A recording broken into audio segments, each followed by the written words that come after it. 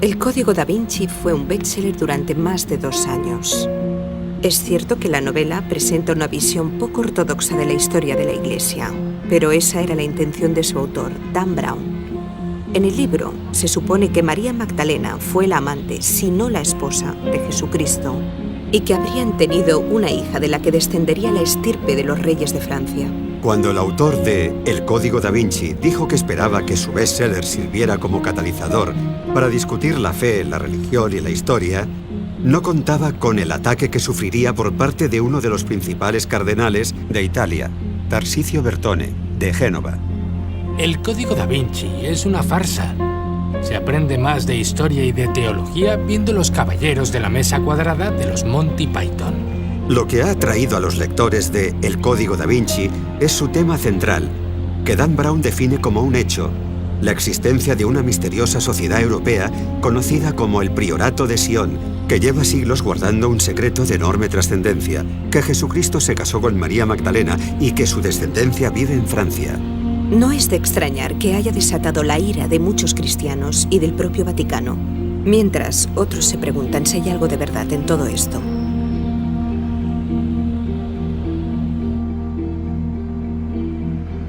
¿Cree el Priorato de Sion o tiene pruebas de que Jesús se casó con María y tuvieron hijos? Sí. La respuesta más corta es sí.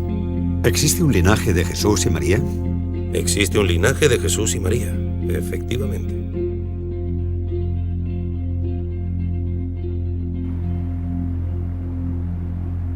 Hace 3 años decidí investigar lo que muchos consideran el mayor secreto de todos los tiempos: la verdad sobre el auténtico Jesús de Nazaret y su relación con María Magdalena. Yo no soy arqueólogo ni historiador, solo soy un director de cine fascinado por las enormes implicaciones de esta historia. Y me planteo las mismas preguntas que mucha gente sobre el Jesús de la fe versus el Jesús de la historia. Según el Vaticano, la idea de un matrimonio con descendencia es descabellada. Pero llevo toda la vida investigando historias que muchos consideraban inciertas o imposibles de resolver, y esta no era distinta. Simplemente las probabilidades eran mayores. Es un tema oculto, ¿verdad? Podríamos decir que es... Sí, es una historia tan arriesgada que nadie se atreve a contarla. Va más allá del mito, la leyenda o el arte, porque es demasiado peligroso afirmar que es un hecho. Si la Iglesia hubiera mentido sobre la divinidad de Jesús y tergiversado deliberadamente los hechos, se derrumbaría la base del cristianismo aceptado. No me convencía la versión que da la Iglesia de los hechos, ni tampoco la de toda una conspiración sobre el linaje. Pero los mensajes codificados en los cuadros, los documentos e incluso en iglesias de toda Europa parecen contarnos una versión muy distinta de la historia de Jesús en el Nuevo Testamento. Fíjese aquí, están cogidos de la mano. De la mano derecha, un elemento Sí. clave en la liturgia del matrimonio. Parece embarazada, ¿no? Desde luego, a mí me lo parece. El éxito del Código da Vinci ha puesto en conocimiento del tema a tanta gente que ahora hay que zanjarlo de alguna forma, o bien demostrar que es falso, o bien demostrar que es cierto. De ser cierto, quería encontrar pruebas de peso. Documentos o incluso reliquias que arrojaran una nueva luz sobre la idea de un linaje. Cualquier otra cosa no bastaría. Sabía que las posibilidades eran mínimas. Lo más normal era que cualquier prueba útil se hubiera echado a perder, hubiera sido destruida o confiscada por el Vaticano. Utilizan el poder, el dinero, la manipulación. Son expertos en todo eso. En el archivo del Vaticano hay cosas que todos daríamos cualquier cosa por ver. Pero se rumoreaba que algunas de las pruebas habían sobrevivido desde hacía siglos, bajo la protección de una sociedad secreta llamada el Priorato de Sion. Bruce, sé que estás ahí. No acudas a la cita de esta noche, ¿vale? Hola. Hola, Buenas noches. encantado. Voy con un par de cámaras. ¿Podemos subir? Sí, no hay problema. Subid, chicos. El Priorato de Sion existe hoy en día. Es una sociedad secreta.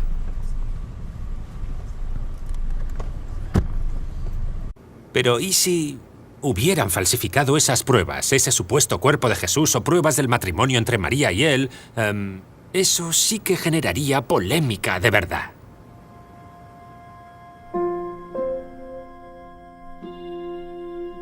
En 1979, el gran maestre del Priorato de Sion, Pierre Plantard de Saint-Clair, afirmó que los primeros reyes de Francia, los merovingios, contrajeron matrimonio con los descendientes de Jesús y María Magdalena, creando la Sang Real, un linaje real, el verdadero Santo Grial.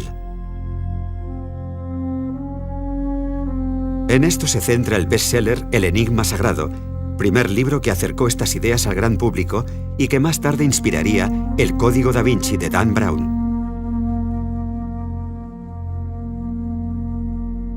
No hay ninguna duda de que el Priorato de Sion existe, y según consta oficialmente se fundó en 1956. Ese hecho es innegable. Tiene una historia que contar. Y la pregunta no es si la sociedad existe o no, la pregunta es si la historia es válida en realidad, o, por ejemplo, no es más que una burda invención. ¿Puedes responder a eso?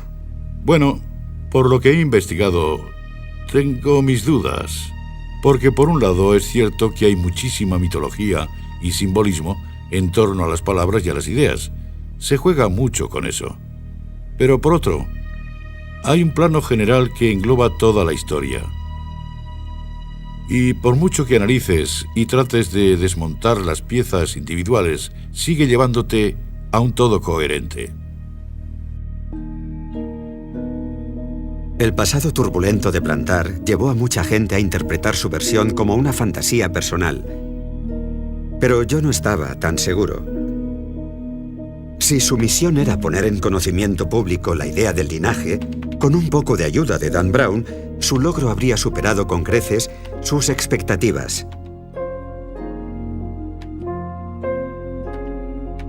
El peligro que supone el linaje para la Iglesia es que un matrimonio con hijos desmentiría la idea de divinidad de Jesús y 2000 años de doctrina cristiana.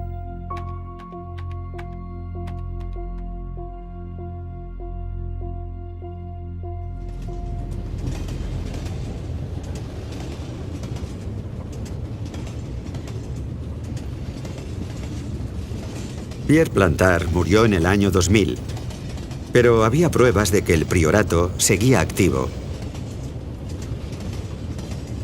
Mi primer contacto era un hombre de París que, al parecer, continuaba su trabajo. Se llamaba Gino Sandri y afirmaba ser el secretario general de la orden. A través de mi productor, Eduardo Flaherty, le pregunté si el priorato existía de verdad. La sociedad existe, pero el Priorato de Sion tiene muchas estructuras. Desde que en 1956 se decidió convertirla en una organización pública, hay un mensaje que han querido dirigir a un grupo muy concreto. Tenéis ciertas cosas. Sabemos que tenéis esas cosas y nosotros tenemos otras. ¿Documentos? Entre otras cosas. ¿Cuáles son esos secretos que guardan? Pues no puedo contestar a esa pregunta, no puedo contestarle. Es un tema peligroso. Existen dos organizaciones, el Priorato de Sion y la Iglesia Católica, el Opus Dei. Los buenos y los malos. Solo le diré una cosa. Puedo asegurarle que hay obras de arte codificadas.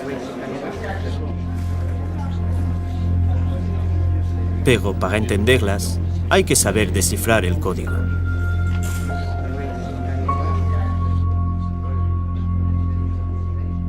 Gino Sandri se erigió como portavoz del priorato a mediados de los 80 y en la actualidad dice ser su mayor representante. Ha emitido varios comunicados de prensa en nombre de la organización y de sus palabras se desprende que el priorato sigue operativo. He intentado contestar a todas sus preguntas, intentando no darle la verdad, sino los medios que le permitan descifrar la verdad. ¿Cree que vamos en la dirección correcta? Sí.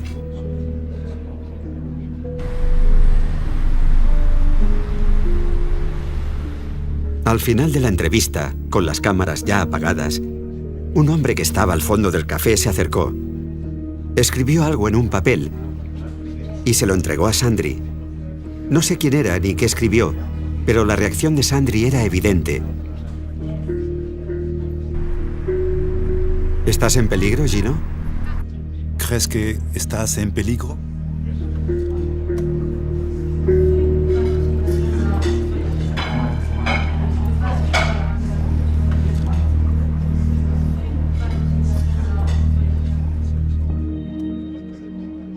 Sandri dijo que una de las obras de arte codificadas a las que se refería era Los pastores de Arcadia, de Nicolas Poussin, un artista francés del siglo XVII del que se rumorea que fue miembro del priorato.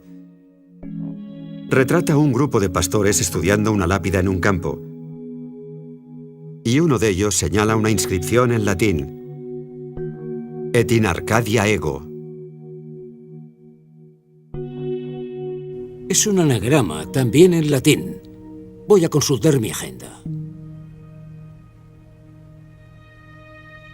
Cuando transpones las letras, obtienes et ego in arca Dei y actúo en nombre del sepulcro de Dios. ¿Hay algún juego implícito? Oh, por supuesto que hay un juego implícito. Hay un juego que atrajo muchísimo al autor del Código da Vinci, Dan Brown, al que le encantan los rompecabezas. Pero, ¿quién está jugando? ¿Con qué objetivo? Tim me aseguró que el linaje existe y que él mismo ha conocido a algunos de sus miembros. Estuve unos 8 o 9 años investigando la historia y buscando formas de corroborarla. Y llegamos a la conclusión de que, aunque no puede demostrarse con certeza, su afirmación de que son descendientes de Jerusalén sí puede afirmarse por las pruebas y también documentos acumulados durante casi 8 siglos, que esa gente ha preservado la historia de que Jesús no vino al mundo para morir en la cruz y redimirnos del pecado, sino para revelar un camino espiritual de iniciación hacia el conocimiento sagrado o gnosis.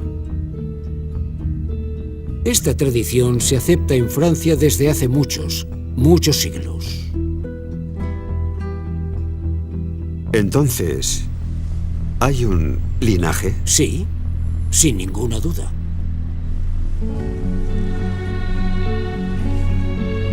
De ser cierta la existencia de un linaje de Jesucristo, seguro que la Iglesia Católica procuró eliminar a todos los miembros, a todos los que los conocieran, a quienes supieran quiénes eran, pensando que haciéndolo podrían deshacerse del problema. Intentaron deliberadamente evitar que la gente se hiciera eco de versiones alternativas de la vida de Jesús. Fui al archivo de París para ver qué más podía averiguar del priorato de Sion. En la sala de reprografía encontré un documento llamado Le Serpent Rouge, la serpiente roja. Me dijeron que podía contener una referencia codificada al linaje, a través de temas históricos. Se hablaba de la reina del reino perdido, enterrada en el subsuelo, en un nuevo templo de Salomón, llamada Magdalena. Parecía referirse a la tumba de María Magdalena. Y en un giro extraño y siniestro, los 3 supuestos autores del documento aparecieron muertos en cuestión de 24 horas, unas semanas después de que apareciera en la biblioteca. ¿Los asesinaron por revelar los secretos? Y en ese caso, ¿quién fue?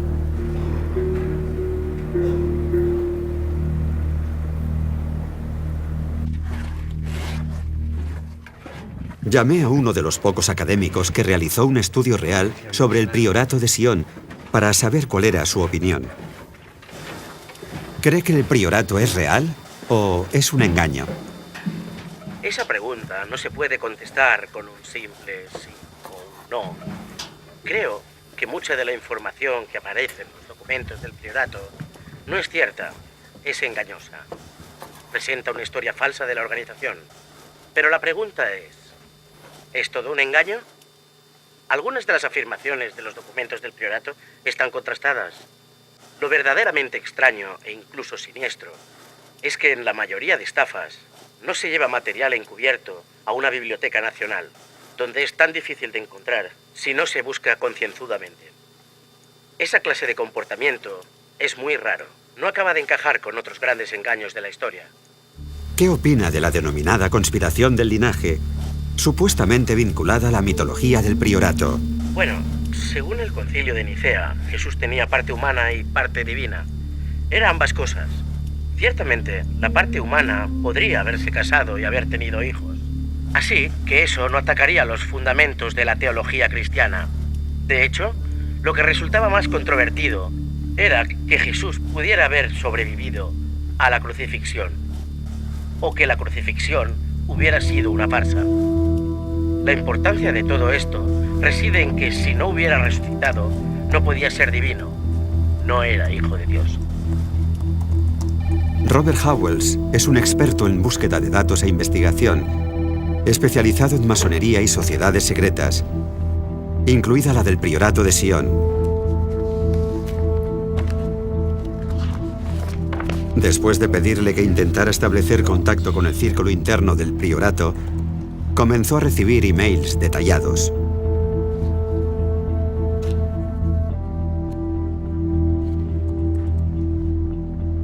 Lo que parece que están haciendo es preparar el terreno para el público general. Es como si fueran haciendo públicas ciertas ideas que requieren un lento proceso de aceptación. Porque si hace 30 años, por ejemplo, hubieran hablado de un supuesto cuerpo de Jesús, la noticia habría generado mucha angustia, habría trastornado a mucha gente, algo totalmente innecesario.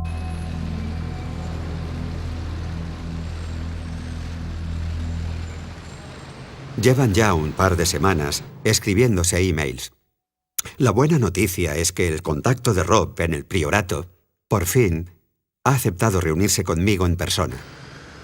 Sigo sin saber quién es en realidad. No sé por qué ha aceptado verme, ni lo seguro que será, pero creo que merece la pena asumir el riesgo.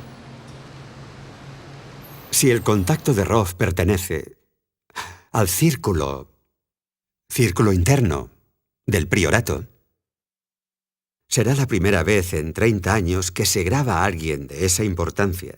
Podría ser un éxito. Nos ha pedido que no llevemos cámara, pero cogeré la grabadora igualmente y haré lo que pueda. Tu actitud es crucial en esto. Absolutamente crucial. Sí, tu intención. La manera en que trates las cosas, el tratamiento de la información es imperativo. Sospecho que hay mucho más por descubrir en los alrededores de Rennes-le-Château. Podría darse la situación de que alguien encontrara algo, como esa tumba, o incluso unas pequeñas catacumbas, y descubriera algo de un impacto global.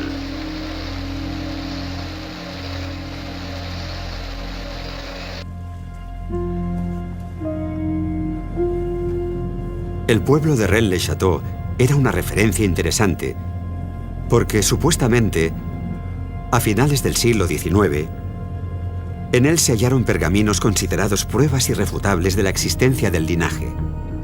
Pero según fuentes de esa época, el Vaticano no tardó en movilizarse para eliminar el hallazgo, pagando al sacerdote que los encontró, y nunca se volvieron a ver. El nombre del sacerdote les resultará familiar a los lectores de El Código da Vinci, Berenguer Saunier.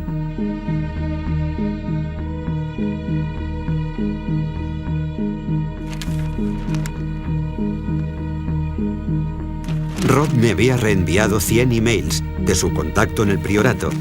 Sus afirmaciones y datos eran fascinantes, pero ¿era verdad algo de aquello? ¿Cree que es miembro del priorato de Sion? Sin ninguna duda es miembro del priorato de Sion. He visto pruebas suficientes. Hemos tenido muchas conversaciones. El material que me ha facilitado no solo demuestra que es una fuente fiable y que está muy metido en la organización, también manifiestan que el priorato tiene un enorme flujo de información interna sobre el misterio de Rennes-le-Château.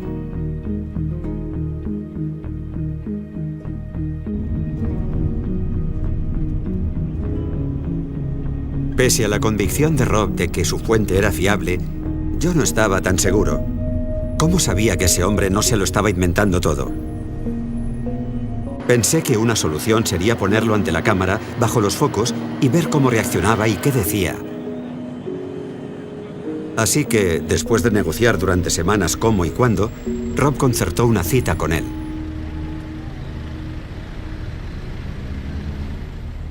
¿Cuál cree que es la misión del priorato? El priorato de Sion está haciendo propaganda alusiva a la idea de que existe ese linaje real. Están revelando información a un ritmo prudente. Están aireando información con el fin de que la absorba el público en general. Así que, en realidad, no importa que el mensaje pasara de los templarios a la Orden de la Rosa Cruz y en la modernidad al priorato de Sion. Todos transmiten la misma tradición. Luego, en su esencia, son la misma sociedad, el mismo grupo, la misma conspiración. Como seguía escéptico sobre la fuente, investigué el pasado de aquel hombre con un investigador privado. Descubrimos que se llamaba Nicholas Heywood, hijo adoptivo de Sir Harold Heywood, un antiguo consejero del príncipe Carlos. Era coleccionista de textos alquímicos y alto miembro del grado 33 de la masonería. ¿Crees que ese hombre oculta algo? En el Reino Unido no es normal que cueste tanto encontrar información de alguien. Hemos encontrado más puertas cerradas de lo normal. Podría deberse, por ejemplo, a que en una situación extrema tuviera que adoptar una nueva identidad.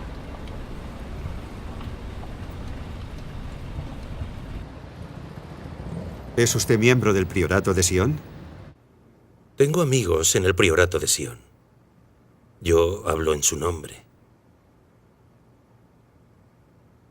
En realidad, Sion no es una organización secreta. No elige cómo opera. Simplemente no puede operar públicamente.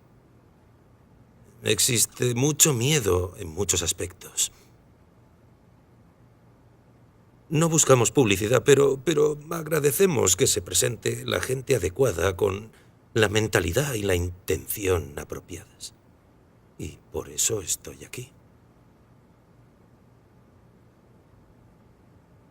¿Cree el priorato de Sion, o tiene pruebas, de que Jesús se casó con María y tuvieron hijos? Sí. Sí, la respuesta más corta es sí. ¿Existe un linaje de Jesús y María? Existe un linaje de Jesús y María, efectivamente, sí. ¿Existen pruebas dentro del priorato? ¿Existen pruebas? Existen al margen pruebas. de lo que pone en la sí, Biblia, al margen de todo Talmud eso, existen pruebas, sin ninguna duda.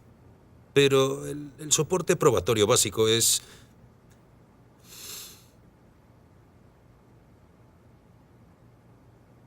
Bien, decía que el soporte probatorio básico es una serie de cosas que se conservan juntas. Objetos. Pero no voy a dar detalles ni explicar de qué objetos se trata. Son incuestionables. ¿Están en manos del priorato? Su paradero está en manos del priorato, sí, eso es. ¿María Magdalena vino a Francia?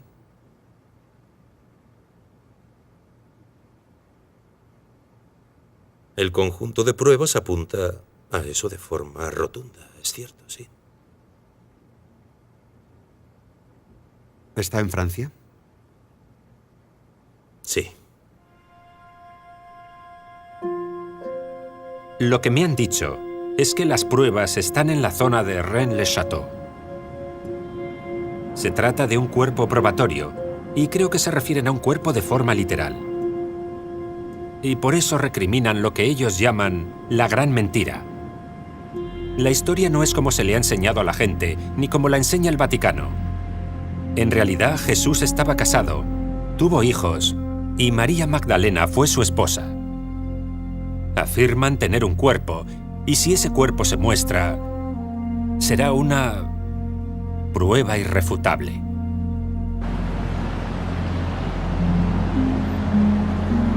Tiene un mensaje nuevo. Hola, Bruce. Soy yo. Escucha, cuando hemos revisado tu móvil y están casi seguros, los técnicos están casi seguros de que te lo han pinchado. No me preguntes cómo funciona, pero los chicos también están intentando investigar ese ruido del teléfono de tu hotel. Ese pitido. Y dicen que lo más probable es que esté pinchado también. Ten mucho cuidado. Llámame cuando puedas.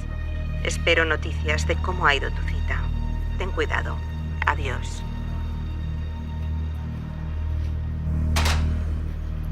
¿Cree que hay un movimiento para impedir que hablen más claramente con gente como nosotros?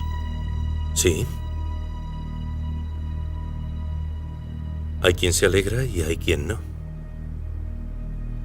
¿Y cree que esa gente estaría preparada para dar un paso extremo con tal de impedirlo?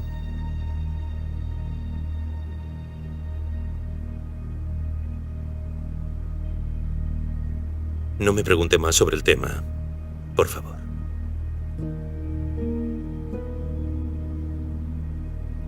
Este último año se han producido 3 muertes de miembros de Sion.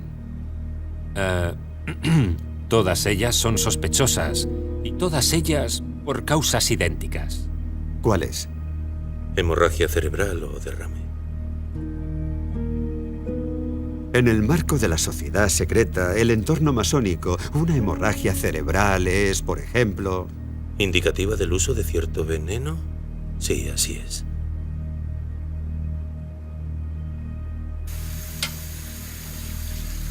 Oh, son las 2 de la mañana y acaban de decirme que un hombre con el que habíamos quedado, Lord Lichfield, murió anoche en una fiesta. Al parecer por una hemorragia cerebral. Iba a enseñarnos documentos relacionados con el priorato y todo este misterio. No sé si es que era miembro del priorato, pero sí sé que al parecer tenía una copia de Los Pastores de Arcadia en su estudio privado. El cuadro que Gino Sandri describió como una de las obras codificadas de todo este misterio. Puede que haya sido casualidad que muriera de una hemorragia cerebral. O puede que haya sido casualidad que muriera unos días antes de reunirse con nosotros para hablarnos del linaje.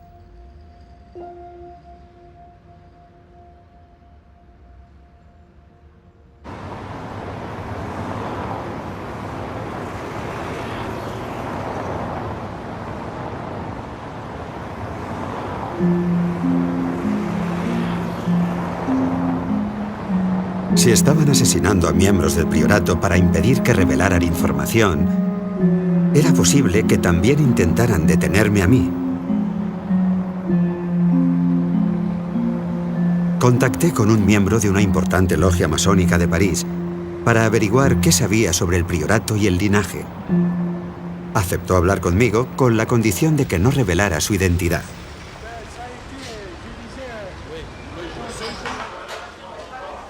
Las dimensiones de esto son enormes. Hay toda una red de logias masónicas vinculadas al Vaticano, a la CIA. Es increíble. Ni se lo imaginan. Es gente muy influyente, Bruce. Son capaces de todo con tal de proteger sus secretos. Mataron a Roberto Calvi en Londres porque iba a hacerlo todo público. Es real. La idea del linaje es real. Y no creas que no serán capaces de matarte para seguir encubriéndola. De acuerdo. Puedo decirte que todo está relacionado con Rennes-le-Château. Descubrieron que el padre Saunier había encontrado unos pergaminos bajo su iglesia. Descubrió por qué esa zona era tan importante. Entiendo.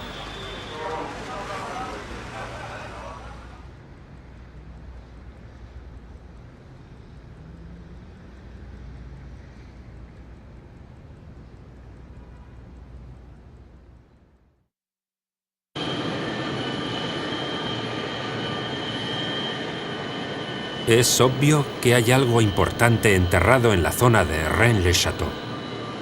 Y tiene que ser religioso. No habría adquirido ese estatus de no ser algo herético y religioso. Bueno, lo más probable es que sea... Lo más impactante que puede haber allí es el cuerpo de Jesús.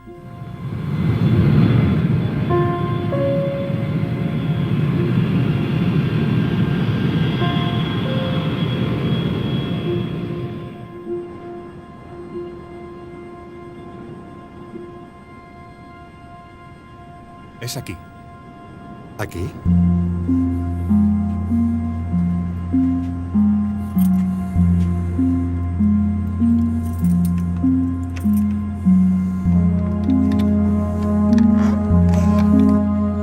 Lo que encontró el sacerdote bajo su iglesia a finales del siglo XIX es uno de los grandes misterios del suroeste de Francia. Ah, ya entiendo. ¿Sí, entiende? Sí. Los rumores apuntan a que encontró pruebas rotundas del linaje. Puede que incluso las tumbas de Jesús y María Magdalena. Y nadie más las ha visto. Alain Feral, un artista y escritor local, tenía las llaves de la iglesia y accedió a enseñarme el punto en el que hizo su descubrimiento el sacerdote. Me contó que durante las obras de reforma de la iglesia, Saunier descubrió una escalera que descendía a la cripta, escondida tras una puerta falsa de su armario.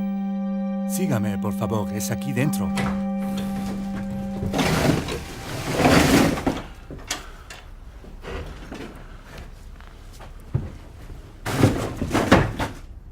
Sí.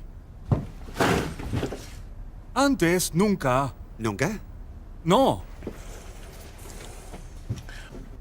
Selló la entrada a la cripta. Cerró la entrada, la puerta a la cripta. Porque es una sala secreta, ¿no? A salle secrète. Sí. Y ahora, desde Saunier, sí, nadie le ha vuelto a ver.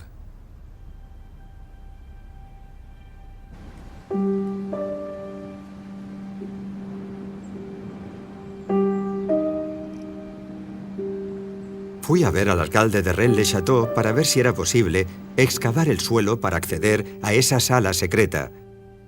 Me dijo que era imposible, que nunca me darían el permiso. Él ya quiso hacer la excavación hace años, pero el gobierno francés no se lo permitió. Al parecer, sus solicitudes para el permiso continúan en trámites. Era gente poderosa, dijo, que no quería que esta historia se expusiera más. A ver si me puede entender. ¿Hay gente que quiere encubrir la verdad? Sí.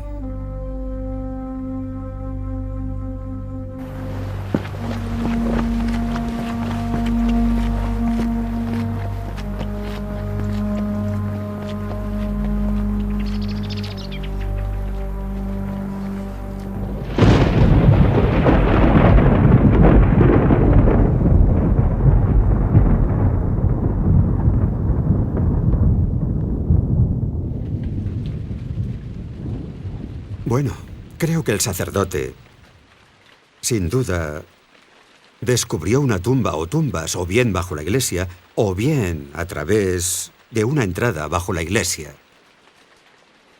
Estoy tan convencido porque se me han acercado varios vecinos de Rennes-le-Château discretamente, que nos han enseñado regalos que Saunier les hizo a sus padres y abuelos. Sí, y a sus abuelos. Hemos visto joyas, también monedas, y en un caso he llegado a ver un cáliz de plata maciza del siglo XIII conservado en su caja original, con una nota escrita a mano de Saunier. Son objetos de un valor considerable para estar en manos de un sacerdote de pueblo. Así que, sí, encontró un tesoro, probablemente en una tumba. La gran pregunta es, ¿qué más había? Cuando el libro El Enigma Sagrado salió a la luz en 1982, los tres autores recibieron una carta de un reverendo de Inglaterra que básicamente les confirmaba que existe un tesoro en Rennes-le-Château, pero que no se trataba simplemente de cálices, monedas y alhajas. Existen papeles. El padre Saunier encontró papeles que aportan pruebas irrefutables de que Jesús seguía vivo en el año 45 después de Cristo. En otras palabras, papeles que desmontan la base de la doctrina cristiana al afirmar que no murió en la cruz y por tanto que no resucitó, por lo que no sería un ser divino. El reverendo les dijo que sabía todo aquello por un sacerdote que había tocado y traducido esos pergaminos en la iglesia de San Sulpicio, en París.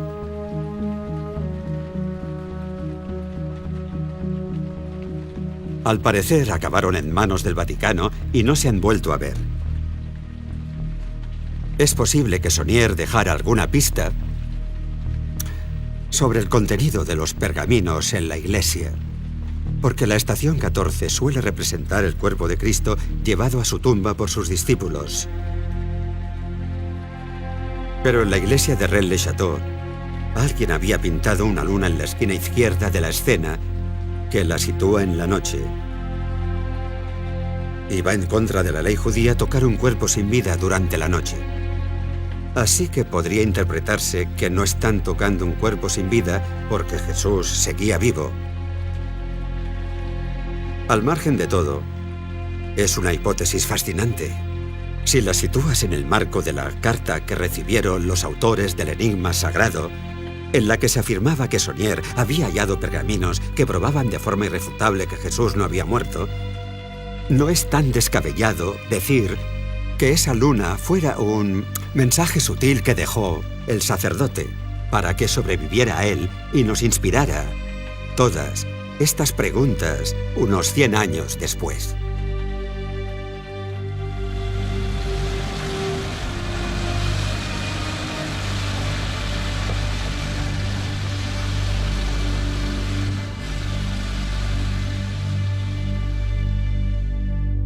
Ça va? Allez, c'est bon.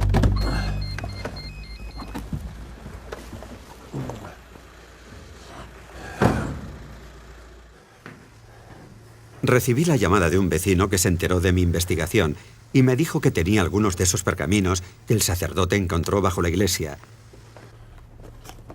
Sabía que podía ser un fraude, pero tenía curiosidad por ver lo que tenía, así que acepté reunirme con él. ¿Son realmente tan antiguos? Son los pergaminos encontrados en Rennes-le-Château y que han conservado los sacerdotes a lo largo de los siglos para transmitir el gran secreto. Era el secreto de la región, el secreto de los cátaros y también el secreto de la propia iglesia. Según los pergaminos, el secreto era que Jesucristo no había muerto en la cruz. Había huido de Jerusalén hasta el sur de Francia con María Magdalena y sus hijos. Aparentemente, solo contenían pasajes de la Biblia en latín, pero utilizando este código para descifrarlo, aparecía un nuevo texto secreto. ¿Estás seguro de que es auténtico? Estoy totalmente convencido. Más que eso, estos papeles son incuestionables, sí. ¿Y de qué época datan estos documentos? Los más antiguos datan de la Revolución Francesa. ¿Son la clave de un mapa? Sí. Es un mapa simbólico, sin duda. Sí, es un mapa simbólico. ¿Acaso María Magdalena está enterrada en algún punto de este mapa?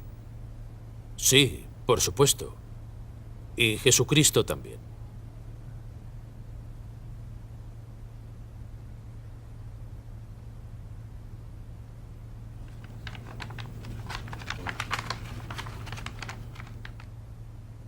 ¿Sabe en qué estado están los cuerpos? Si están embalsamados, son esqueletos o... A mí también me gustaría saber en qué estado están exactamente los cuerpos, si están embalsamados, momificados... Bueno, según dijeron los sacerdotes, sin duda, los cuerpos aún están momificados.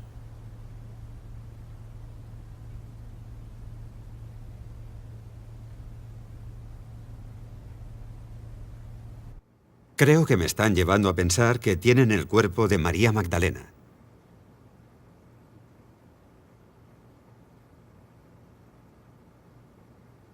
¿Qué puedo decir? Esa es su percepción.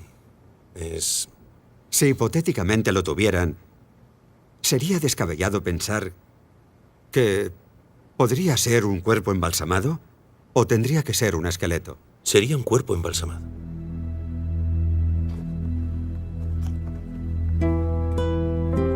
Los pergaminos revelaban que los cuerpos embalsamados de María Magdalena, de Jesús y de sus hijos fueron enterrados en un templo subterráneo cerca de Rennes-le-Château.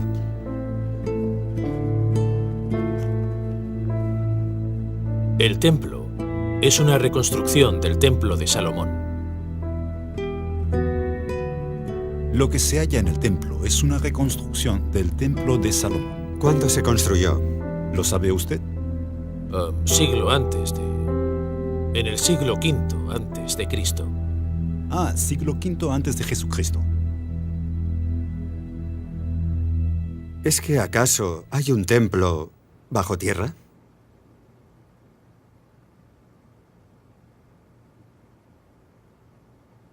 Sí, es cierto. Actualmente tiene un acceso abierto. Uno de 12.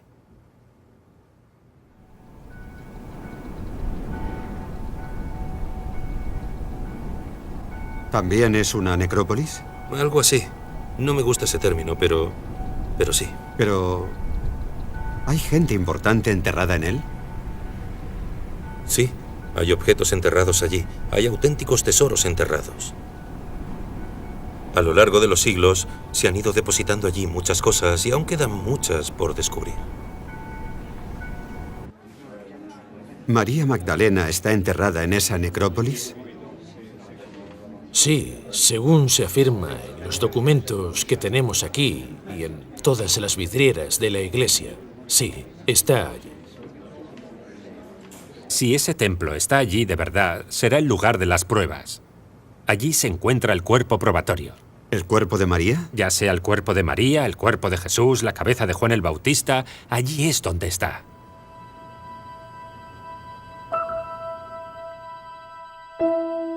El priorato afirma que hace unos años se produjo un robo en una de sus direcciones de París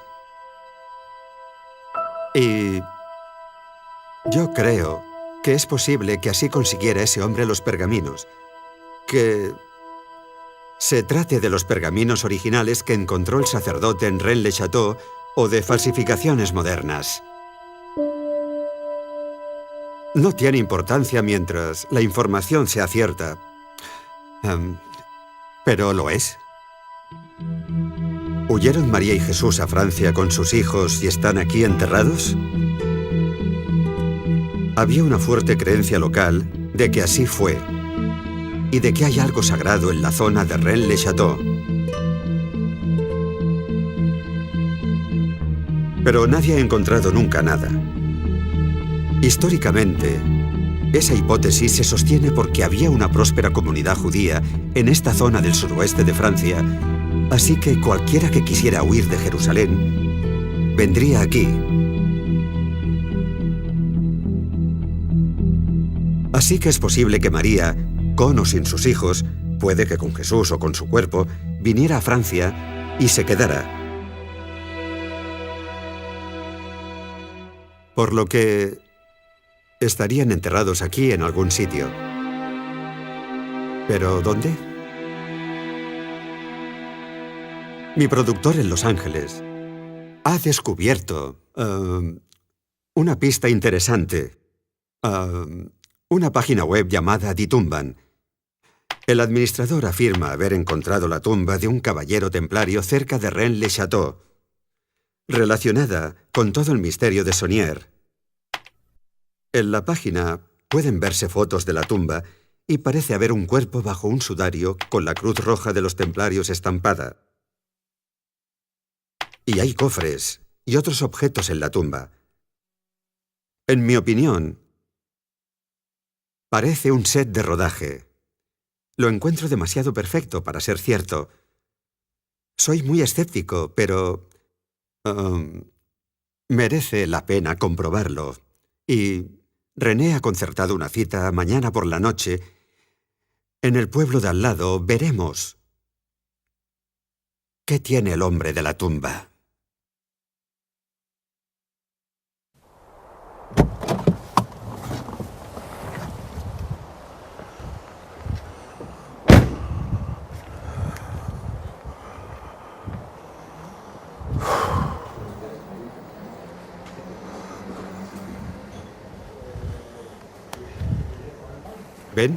¿Ben Hamot? El hombre con el que había quedado dijo llamarse Ben Hamot. Un anagrama de Tumban. Está en el puente.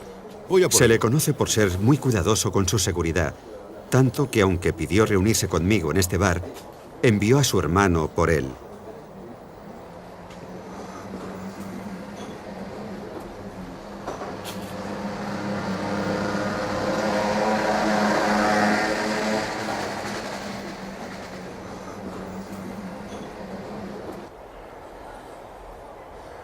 Todo esto es muy raro.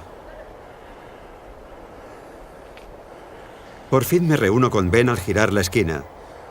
Nos había estado observando desde el puente.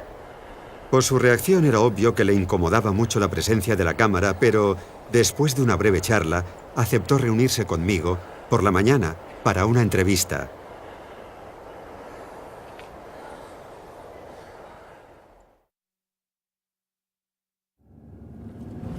Creo que vamos bien. A ver.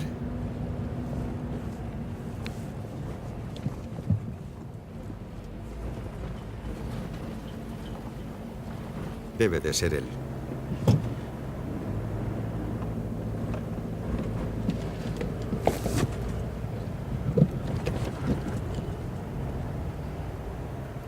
¿Se habrá quedado dormido?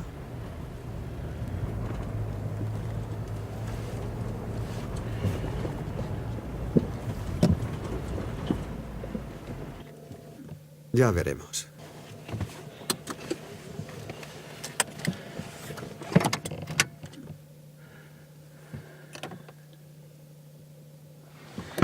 Voy a ver. A ver qué pasa.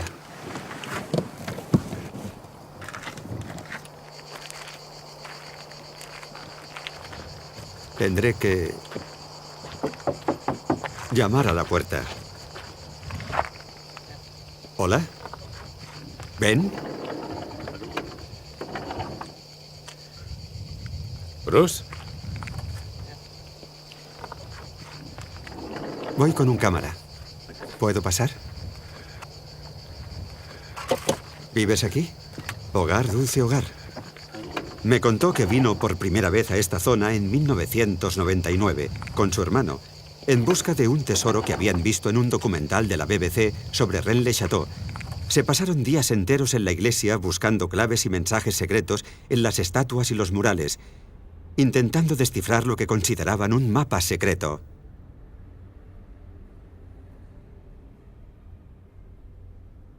Un metro con 8 centímetros. Al final, después de muchos intentos y errores, descubrieron 4 puntos geográficos cercanos representados en la iglesia y que confluían exactamente en una cueva, en una montaña local. Había un pasaje hasta el fondo de la cueva.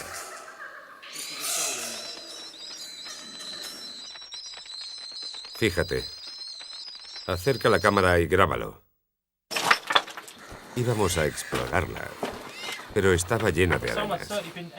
Había muchísimas. Así que se me ocurrió introducir la videocámara con un alargador para ver qué había al girar la esquina, ponerla a grabar, girar la esquina y sacarla. Y si veíamos que había algo, merecería la pena adentrarse. En cuanto la puse a grabar y la introduje, desapareció hacia abajo al acceder a esa galería subterránea y pude ver por primera vez la tumba.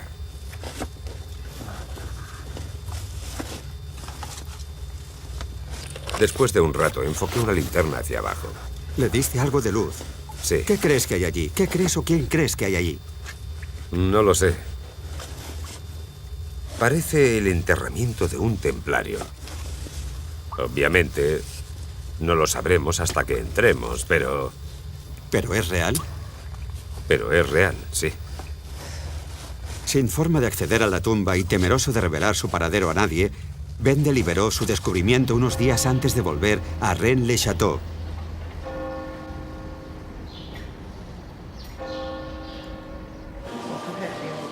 De nuevo, usando el mismo método que le había llevado hasta la tumba, identificó claves ocultas que, según él, había incrustado el sacerdote en la decoración de la iglesia. Un mapa secreto que podía sobreponerse al paisaje local.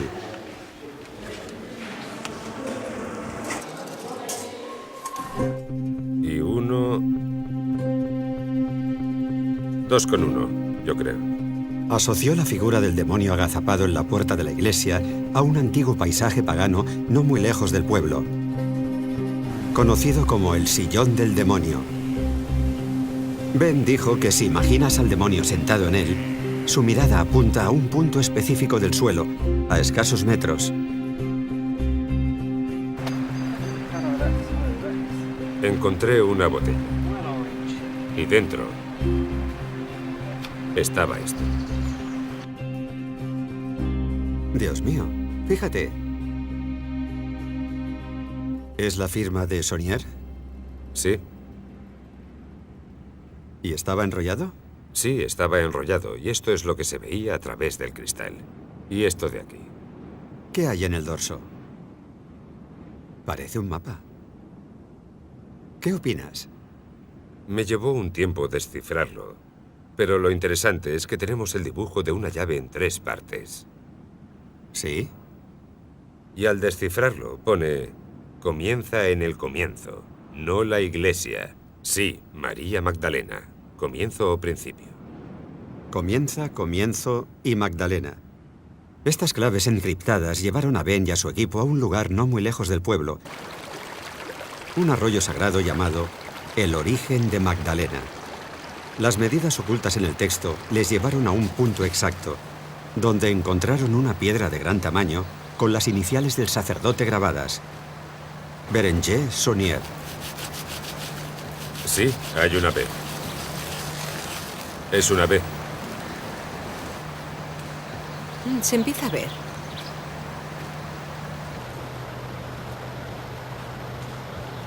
Una B y una S. Sí. Seguimos el arroyo, dentro de un radio marcado. En la dirección de esta flecha. Miramos en cada hendidura y todos los escondites posibles. Y finalmente, después de indagar un poco, encontramos esta entrada en la piedra, similar a una gruta. Apartamos todas las hojas, cavamos y encontramos una botella. Una botella.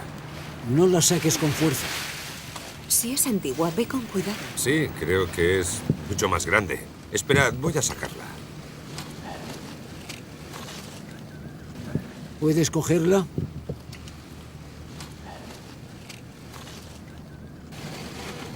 Tiene el cuello mucho más ancho.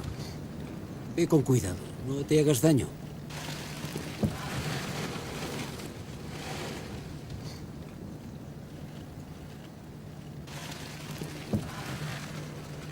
Está cubierta de tierra. Espero que no haya entrado. Sí, está sellada con cera roja. Se ve claramente, ¿no? Parece que el sello se ha desgastado con los Y años. también tiene su firma. En el interior de la segunda botella, encontramos un papel plagado de texto por ambas caras y con lo que parecía la firma del sacerdote Berenguer Saunier. Reordenando la posición de las letras y las palabras, Ben dijo que era capaz de descifrar algunos mensajes ocultos en el texto. He entrado en el túnel de la montaña y he encontrado las tumbas de los caballeros del templo y la cruz. Los caballeros guardaban un gran secreto en manuscritos que he encontrado. Los enemigos no son los herejes, sino la Iglesia de Roma. He abandonado y renunciado a mi falsa iglesia. He hecho lo que he hecho para preservar el secreto. Puede que en el futuro llegue el momento de revelar el secreto.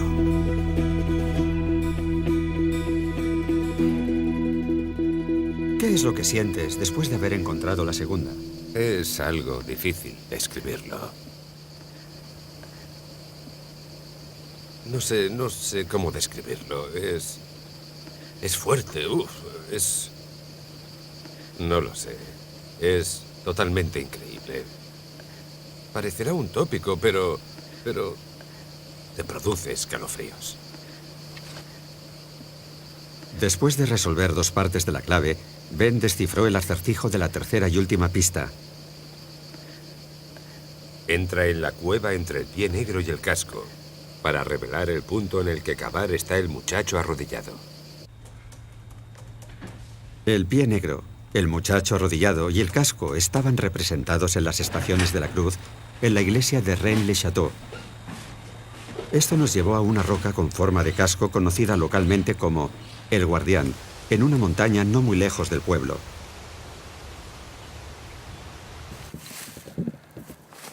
A los pies de la roca, Ben encontró una pequeña gruta de forma triangular, como la representada en la iglesia, en la que encontramos otra roca grabada que señalaba a un gran canto rodado.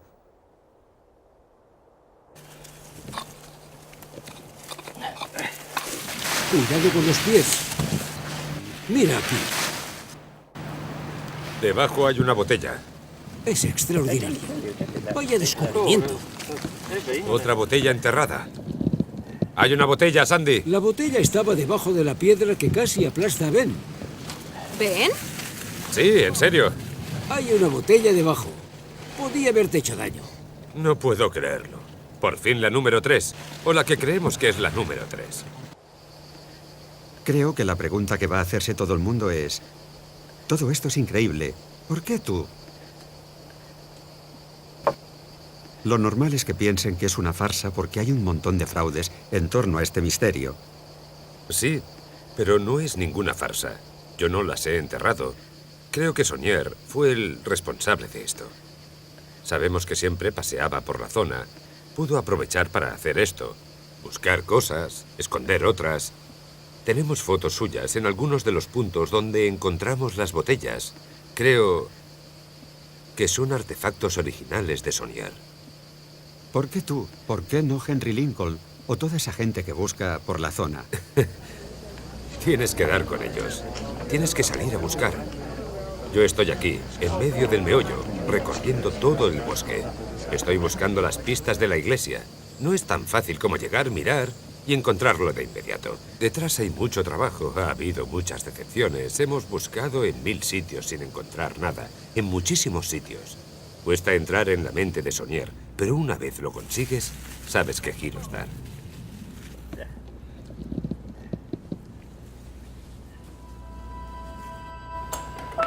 No lo fuerces demasiado. Ten cuidado, has forzado el papel, lo has arrugado.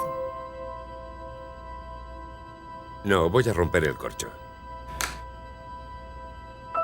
Cuidado. Así creo que romperás el papel. No De lo la hagas, otra forma, por favor, lo no lo sacarás hagas. también. No hay que romper la botella. No. ¿Puedo abrirlo y ver qué hay dentro? Sí. No puedo creerlo. La Préhistoire. Creo que significa la verdadera historia de la crucifixión y la resurrección. Jesús no murió en la cruz, sino 22 días después. La resurrección de Jesús fue una farsa. Fue María Magdalena quien se llevó su cuerpo de la tumba. Engañaron a los discípulos. Más tarde, el cuerpo de Jesús fue descubierto por los templarios y lo escondieron 3 veces. En Roma saben toda la historia, pero no pueden consentir que el secreto salga a la luz. Amenazaron de muerte si se revelaba la ubicación de la tumba.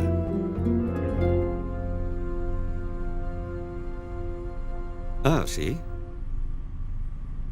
Después de varias semanas trabajando juntos, Ben me llamó preocupado.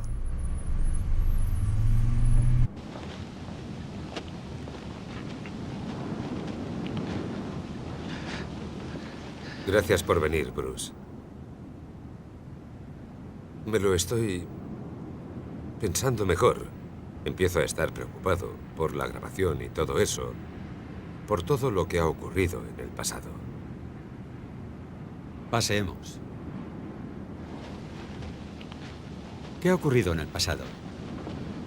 Bueno, cuando estuve en Rennes-le-Château, cuando descubrí la tumba, me cortaron los frenos de la caravana.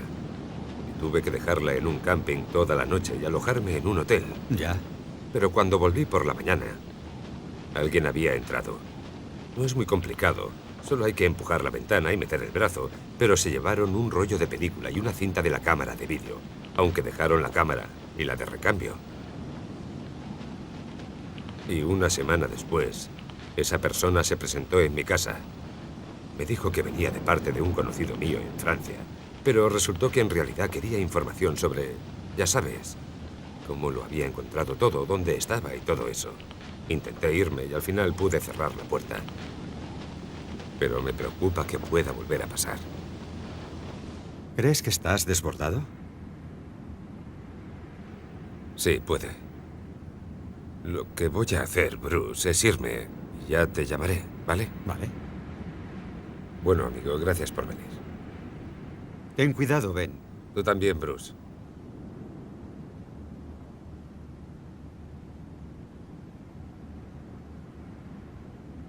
Creí que iba a decirme que iba a llevarme a la tumba. Pero ahora mismo está demasiado asustado. Cree que le están siguiendo. Le han robado cintas, le han cortado los frenos, han ido a su casa. Teme por su vida y por la de su familia. Tengo que averiguar si esa tumba es auténtica o no. Pero si hay gente amenazándole, puede que sepan algo que yo no. Venga, volvamos al coche.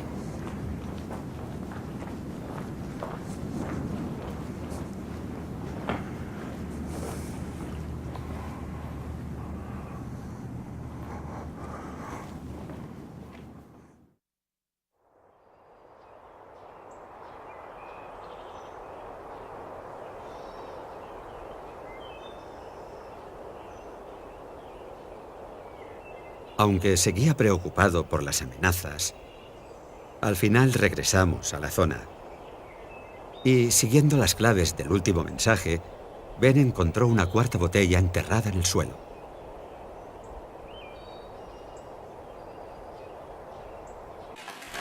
A ver.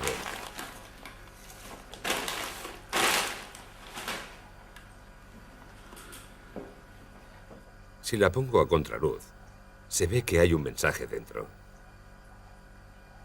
¿Ah, sí? Este también es grande, como el segundo, o eso parece. Creo que está enganchado al cuello. Está encajado en... La botella está moldeada por soplado. Tiene la boca grande. Sí. Voy a limpiarla primero. Le quitaré el polvo y la pondré bajo el grifo. Sí. Perfecto. Se ha roto casi por la mitad. No te habrá llegado ningún cristal, ¿no? Voy a tener que... Se ha rajado toda. Voy a quitar la parte superior. Oh. Bueno, es el momento de la verdad.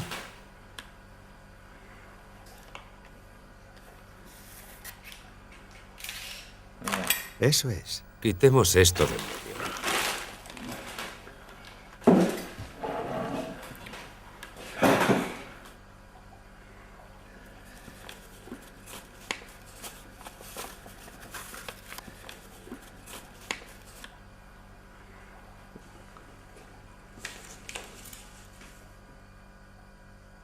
Los pergaminos del abad de Bigú, el cáliz de Jesús y María Magdalena y el tarro de ungüento.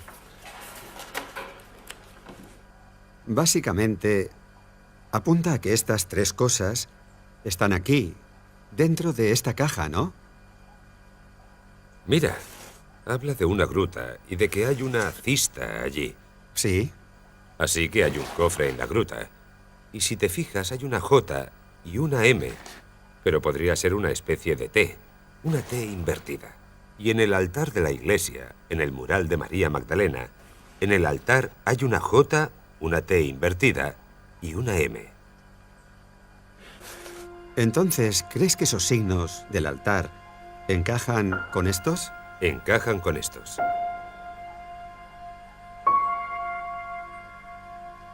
¿Ella se encuentra en un sitio distinguido? Sí. ¿Estaba Saunier intentando indicarnos, intentando darnos una ubicación concreta? Sí. ¿De qué? De una entrada. Tuvimos que cruzar el valle desde Rennes-le-Château y ascender a la llamada Cueva de la Magdalena. Y cuando llegamos, comprobamos que la entrada vista desde dentro encaja casi a la perfección con la forma de la cueva de nuestra pista. Bill Kersey, un amigo de Ben, tanteó el terreno. ¿Es ahí, Bill? Y encontró un punto en el que le parecía que había algo grande enterrado. Y allí se puso a cavar Ben. ¿Tú qué crees, Bruce? ¿Crees que hay alguien enterrado aquí? No.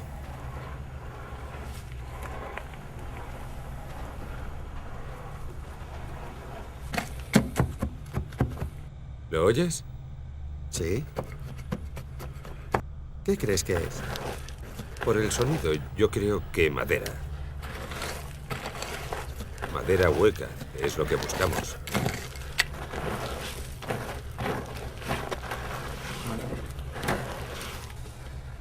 ¿Puedes acercarme la linterna? Lo veo bien. Es madera. Sí.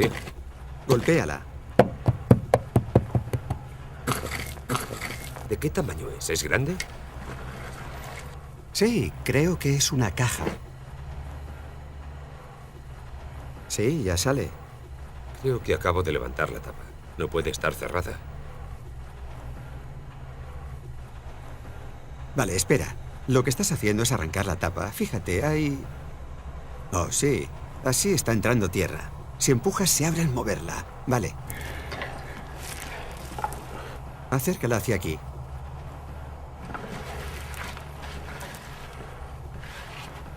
Vale, Bill. No muy fuerte por si hay algo frágil dentro. Es increíble. ¿Cómo te sientes? Quiero abrirlo. ¿Lo podemos abrir aquí o...? Sí, por supuesto. ¿Entonces lo ves, Bill? Dame un segundo. Lo veo. Tengo una luz rara. Vale. Esta podría ser la primera vez en 100 años. Mira las bisagras, Bill. Es mejor que pare o romperé las bisagras. Voy a intentar levantarla.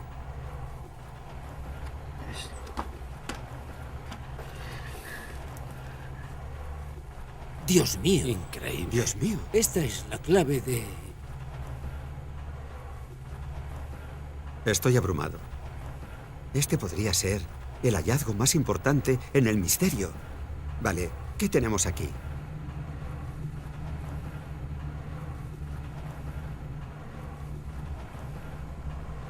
¿Qué tenemos aquí? Oh. Quiero coger el cáliz. Si es el cáliz de Jesús... Cuidado. No voy a soltarlo, se confundirá con una piedra. Vale. Tiene un poco de moho. ¿De qué está hecho? De cerámica. Cerámica. Tiene un canto partido. Y hay un pergamino. No lo abráis hasta que volvamos. Y las monedas. Sí. Tenemos que volver. Sí. Es antiguo. Sí. Y esto parece el tarro de ungüento. No sé qué decir. No hay palabras. ¿Cómo te sientes? Aún no puedo creerlo. No me parece posible.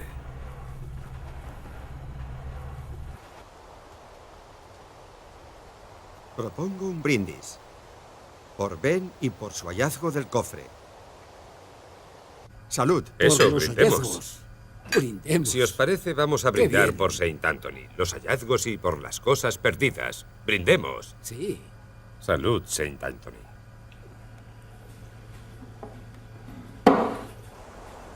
¿Qué hacemos ahora? El plan ahora... El otro extremo. Romper el otro extremo y sacarlo. No. Prueba a sacarlo sin romper. Voy a intentar abrirlo. Despacio. Parece interesante.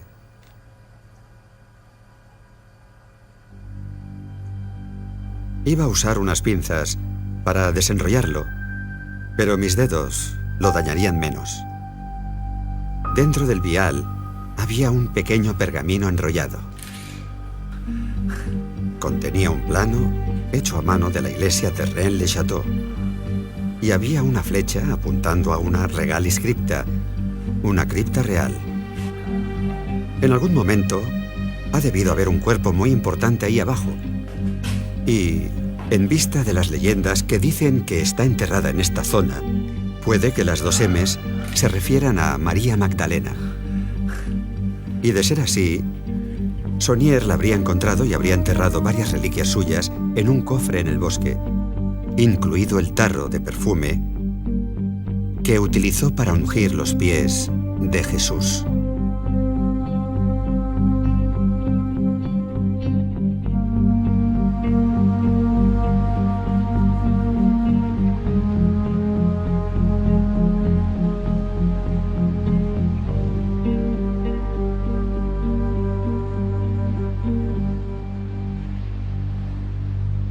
Barkay. Hola. Hola. Me alegro de verte. Igualmente. Bienvenido. ¿Cómo estás? Bien, ¿qué tal el vuelo? Todo perfecto. De lujo. Volvimos a Londres para reunirnos con el arqueólogo israelí Gabriel Barkay, uno de los mayores expertos del mundo en reliquias antiguas de Jerusalén, que aceptó analizar el contenido del cofre.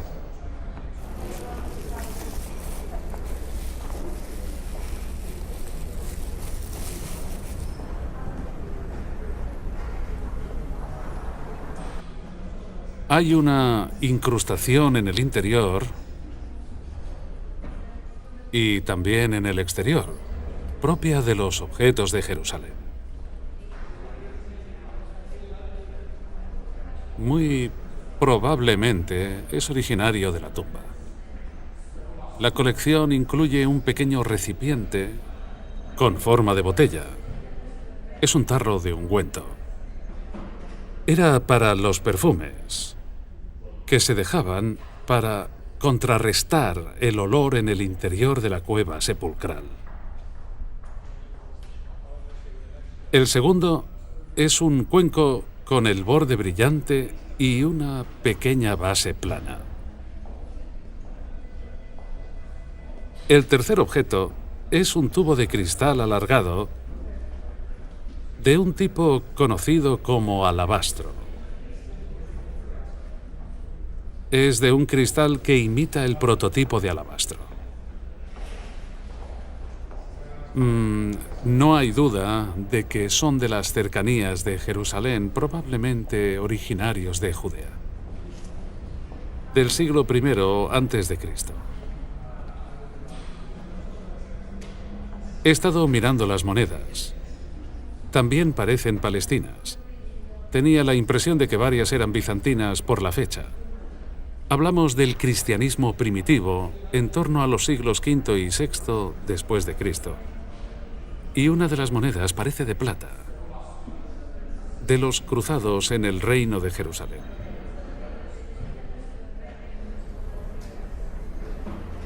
Esta es una pieza importante.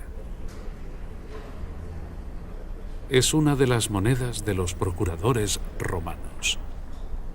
En una cara se puede ver el sello de Jerusalén. Es uno de los procuradores romanos en una palma de Judea. Y en la otra cara la rama de palma. ¿De qué fecha es? Del siglo I. ¿Después de Cristo? Sí. Sí. Es muy interesante. Me alegro mucho de haberlo visto con mis propios ojos. Me alegro mucho.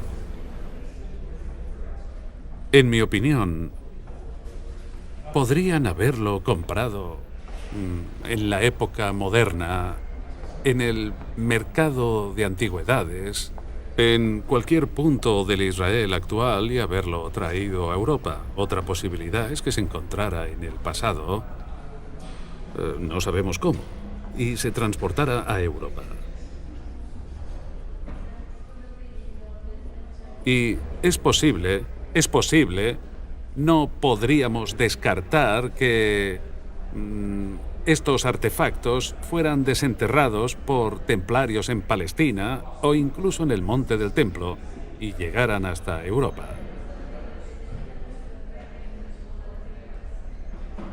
Los hallazgos de este cofre son muy intrigantes y, desde luego, uno puede dejar volar su imaginación. Pero si están relacionados con la historia de Jesús o no, el tiempo lo dirá. Muchas gracias. Mi productor en Los Ángeles recibió los resultados de la prueba del carbono 14 del laboratorio de la Universidad de Oxford, donde analizaron el pequeño pergamino enrollado en el vial. Hay un 68,2% de probabilidad de que el pergamino date de entre 1440 y 1480 después de Cristo y un 95,4% de que date de entre 1430 y 1520 después de Cristo. Son muy buenos resultados. En la segunda línea pone A-U-R-F. Ben había conseguido traducir el texto del extremo izquierdo del pergamino. Ponía: aquí comienza tu búsqueda de la tumba secreta y del tesoro que he guardado. Y al producirse el hallazgo, te convertirás en su guardián.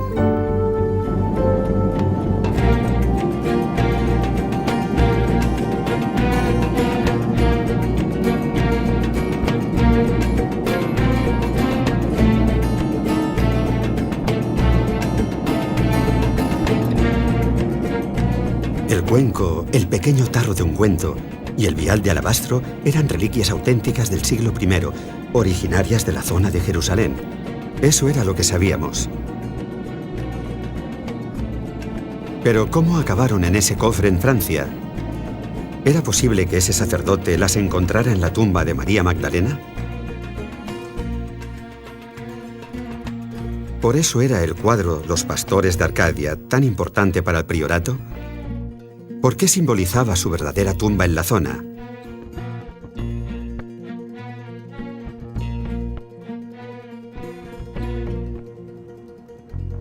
Cuando volví a Francia, llamé al hombre del priorato de Sion para ver qué opinaba del descubrimiento de Ben. Diga. Hola, Nick, soy Bruce. Hola, Bruce. Oye, me gustaría intentar volver a la base de todo esto. Claro, adelante. ¿Existe la tumba? Si existe, ¿qué tumba? ¿Cuál? ¿La de ella? La tumba de María Magdalena. Sí, existe. ¿Y está en la zona? Está en la zona. ¿Y usted cree que lo encontró en su interior? No se me ocurre en qué otro sitio pudo encontrarlo. Y era objeto de veneración por posteriores sectas, órdenes, etc. ¿Y el cuenco? Lo mismo. ¿Porque se celebraría el matrimonio? Desde luego. ¿Y los veneraban porque son un símbolo del linaje y del matrimonio? Sí. ¿Por qué nosotros? ¿Por qué hemos sido nosotros? Has enfocado esto de una forma distinta a cualquier otro grupo, cualquier otro individuo, cualquier otro equipo o investigadores. Estábamos esperando a que viniera alguien como usted. Si Nicholas Haywood tenía razón y los objetos del cofre se sacaron de la tumba de María Magdalena ubicada en la zona, ¿qué relación había con la tumba que había hallado Ben? Según el padre Saunier, habría excavado la tierra para construir un pasaje en la montaña hasta la tumba del caballero templario, donde encontraría objetos preciosos, un tesoro y un cuerpo, los secretos sagrados y los objetos sagrados de los judíos. Si ves las imágenes de la tumba de Ben y analizas las palabras del sacerdote, no puedes evitar preguntarte si ambas cosas confluyen en el mismo punto. La pregunta es, ¿los restos bajo el sudario podrían ser los de María Magdalena?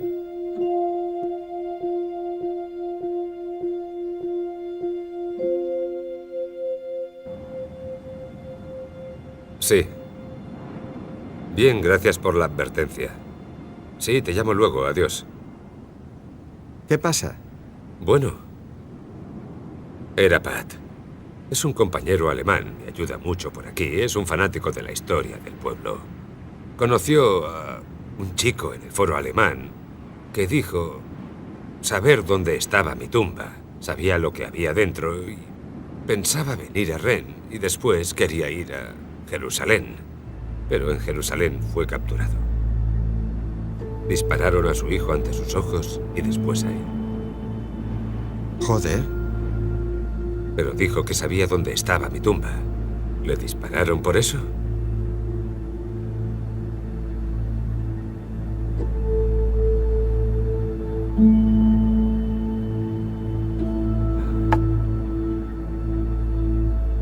En los últimos años, ha habido varias muertes sospechosas relacionadas con el misterio de Rennes-le-Château. El hombre que compró la casa y la propiedad de Saunier en el pueblo murió en un accidente violento. Y tirotearon el coche del hombre que se la compró a él.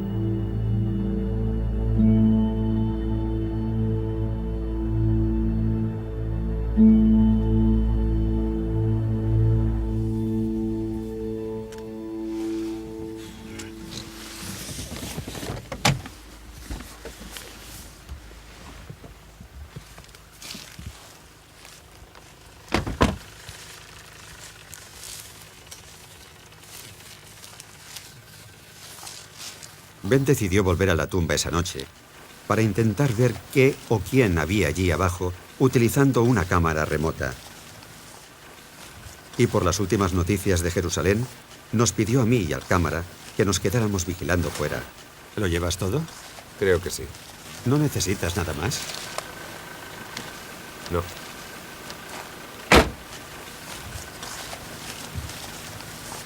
¿Cuánto crees que tardarás? Bueno.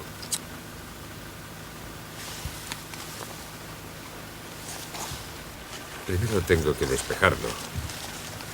Sacar la tierra y todo eso. Supongo que un par de horas. Puede que un poco más. Vale. Esperadme aquí. Así podré encontrarlos. Estamos en medio de la nada, ¿no? Qué bien.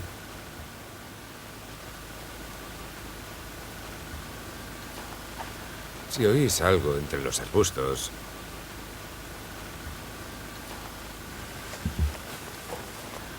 seguramente será un jabalí. Bueno, me voy ya.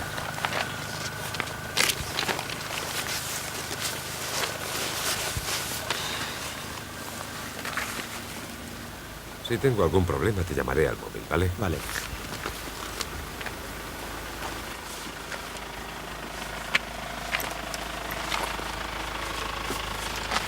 Aarón, nos quedamos aquí. Aarón, deja que se vaya. Nosotros nos quedamos aquí. Hasta dentro de un par de horas.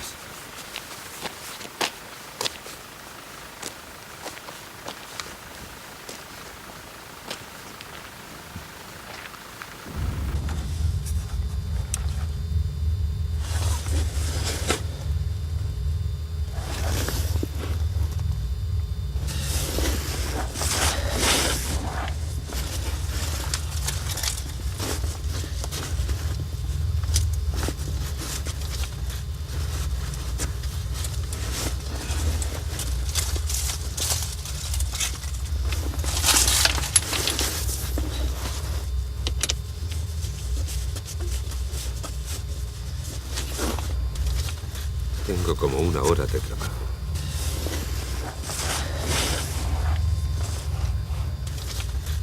Voy a apagar la cámara un rato. Vacío el túnel y en cuanto vea la entrada volveré a grabar.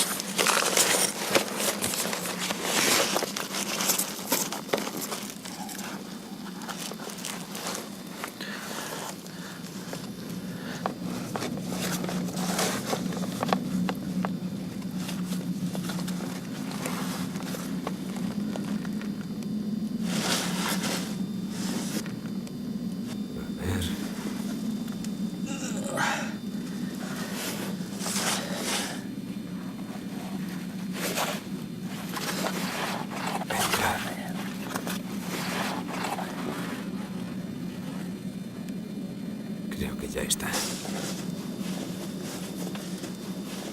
¿Esa es la cruz? Hay muchas piedras. No distingo. Hay muchas piedras.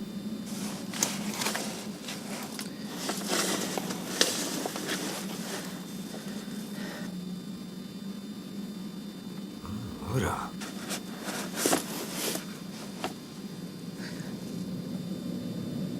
Puedo ver oro.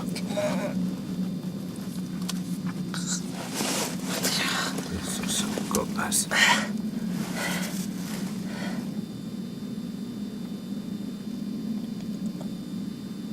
Vamos a ver. A ver si puedo levantarlo.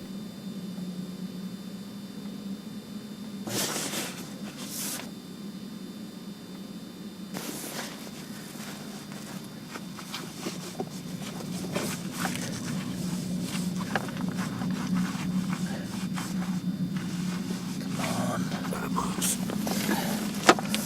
Probaré otra vez.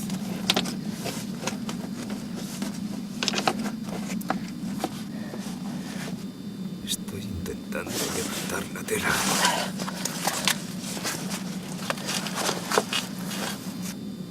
Oh, acabo de verlo. Sí, veo los dientes. Joder. Joder, madre mía. Madre mía, qué miedo. Eso es la boca, los ojos y la nariz. Madre mía, qué miedo. Es horrible. Está sobre una especie de plataforma.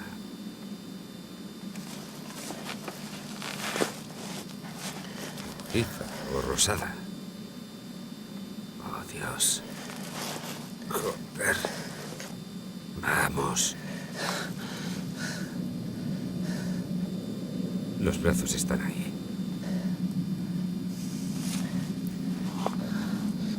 Parece parcialmente momificada. Yo diría que aún tiene restos de piel.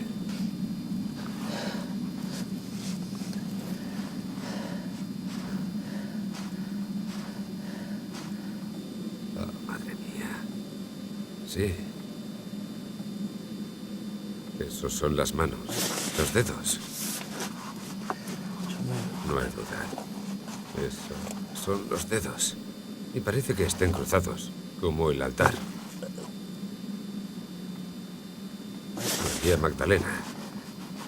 Podría ser María Magdalena. Joder, sí, eso es.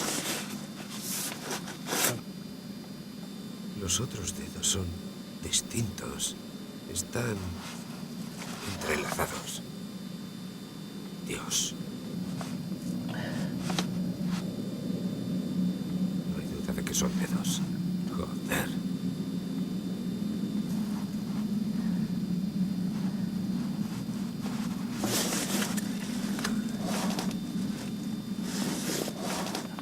Vale. Eso es la entrada. Ah, sí.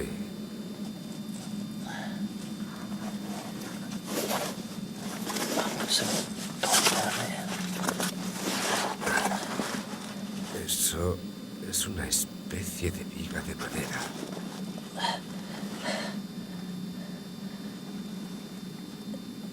Como un soporte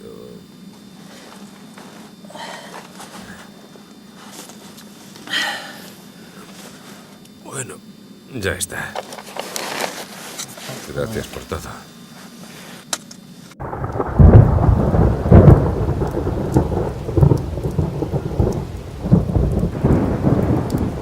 Vaya, vaya.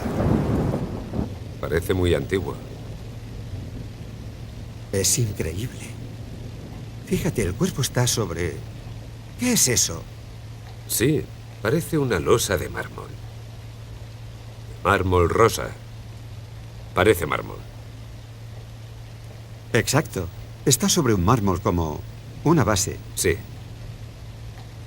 Mira eso. ¿Podemos sacar todo esto? No, no se puede. No hay forma de entrar. ¿No puede sacarse por donde ha entrado la cámara? No, el agujero es muy pequeño. ¿De qué tamaño es? No lo sé. Así. Poco más grande que el monitor. ¿Una cosa así? Exacto, lo justo para que entre la cámara.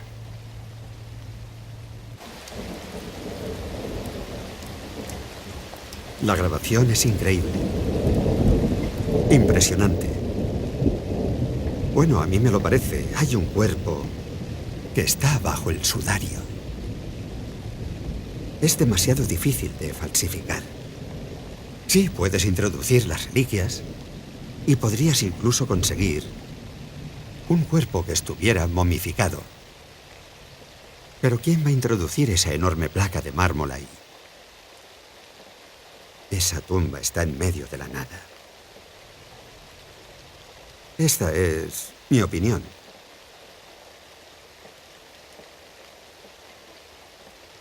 Sé que los críticos van a decir que esto es absurdo, pero es real. Esto es real.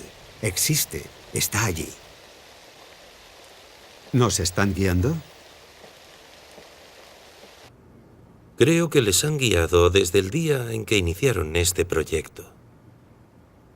La revelación es gradual. ¿Es esa la herramienta de determinado círculo? ¿Ir revelando dosis de información? ¿Nosotros somos los únicos o se está diseminando en otros? En este momento ustedes son los únicos.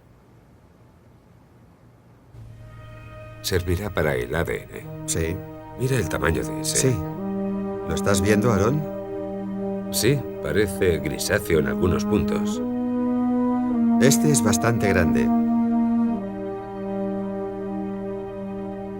Hemos podido coger algunos cabellos del cráneo para las pruebas de ADN en la Universidad Lakehead, en Ontario, Canadá. No había suficiente ADN para determinar la edad ni el género del cuerpo, pero por el mapa genético han podido ubicar el origen de sus antecesores en Oriente Medio.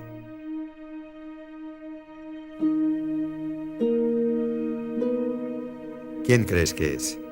Parece una mujer, por la forma de la cara. Yo creo que puede ser María Magdalena, sobre todo por los dedos. ¿Sigues queriendo hacerlo público? ¿Quieres seguir adelante? Necesito hacerlo público. Creo que eso será mi escudo de protección. Aunque no voy a desvelar la ubicación, creo que esto tiene que hacerse público lo antes posible. Ben pensaba que podría tratarse de María Magdalena, pero no estaba tan seguro. Aunque se tratara de un caballero templario o de un miembro del linaje, seguiría siendo un gran descubrimiento. Con la última grabación y la prueba de ADN, Ben y yo nos pusimos en camino para pedir la opinión de los expertos. La primera parada fue Cardiff, Gales, donde residía un hombre que llevaba 30 años investigando el misterio. Esos son vasijas de algún tipo, copas, jarras. ¿Le parecen religiosas? Eso es un cáliz, claramente. Esto de aquí. El típico que como sacerdote utilizaría para dar la comunión, ¿verdad, Trish? Es un cáliz, sin ninguna duda. Apostaría lo que fuera, y mucho dinero.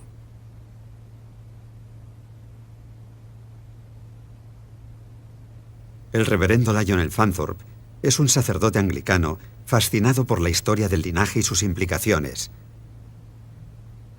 Sabía que en cuanto lo viera, me diría si la historia era creíble o no. Es una grabación increíble. Si pudiera tratarse de la tumba de ella o de alguno de sus descendientes, en la que se preservaran las reliquias familiares, se reforzaría la idea de que María de Betania, alias María Magdalena, era una mujer rica. Yo diría que es muy significativo. En mi opinión, como investigador de Rennes desde hace 30 años, podría ser uno de los hallazgos más importantes y relevantes de la historia.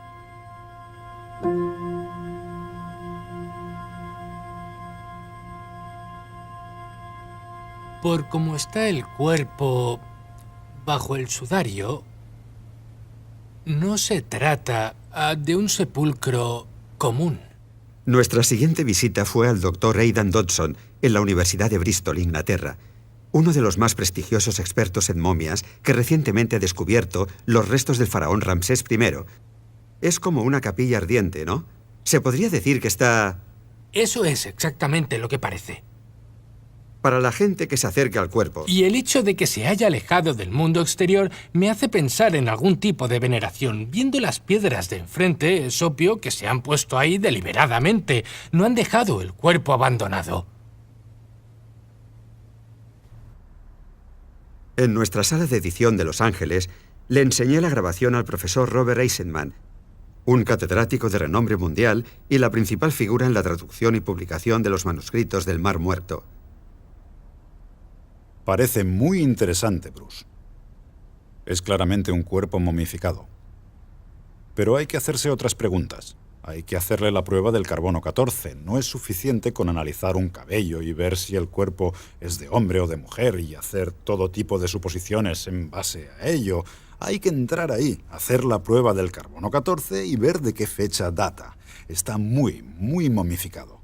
Pero eso no significa que no hayan podido coger un cuerpo momificado, cubrirlo con un sudario con la insignia de los templarios y meterlo ahí. Mi duda es que es demasiado perfecto. ¿Por qué está el sudario tan perfectamente colocado para que puedas verlo? ¿Por qué con el clima húmedo del sur de Francia no ha enmohecido nada? ¿Qué opina del cofre y de los objetos que contiene? Sinceramente, el cofre me preocupa un poco. Parece demasiado preparado. Un vial de perfume, una copa... ese tipo de cosas. ¿Por qué alguien iba a meter esas cosas ahí? Las monedas, etcétera, etcétera. No tengo duda ninguna de la autenticidad de las reliquias en sí. Pero, ¿cómo han llegado ahí? Hay que investigar este tema con sumo cuidado. Hay que ir paso a paso antes de afirmar nada, porque todo el mundo está esperando para reírse de ti y hay que ser muy cuidadoso. He visto casos que al final han resultado ser fraudes, falsificaciones y farsas. Estas cosas pueden hacerse con mucha inteligencia y muchísima habilidad.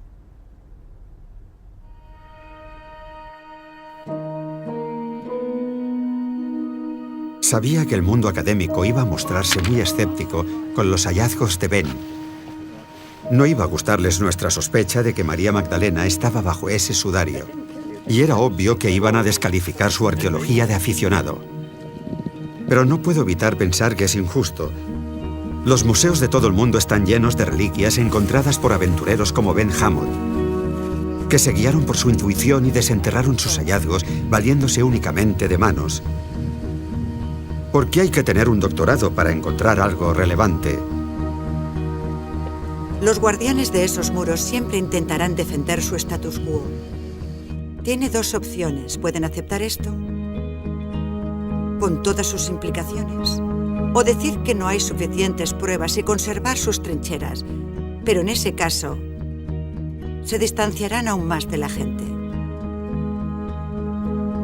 ¿Alguna vez alguien le ha llamado mala cristiana y cómo reaccionaría a eso? La gente. Me apena pensar que la gente crea que mi intención es atacar a la Iglesia cuando en realidad les estoy brindando un presente. Solo tienen que aceptarlo. El regalo de reunir el masculino y el femenino desde el corazón de la historia. Una vez pregunté a un grupo, ¿y si este hubiera sido nuestro modelo en el cristianismo? Y una mujer de nacionalidad polaca movió la cabeza y dijo, no se habría producido el Holocausto. Si hubiéramos tenido este modelo, nuestra historia habría sido totalmente distinta. Esta historia podría suponer la renovación del cristianismo.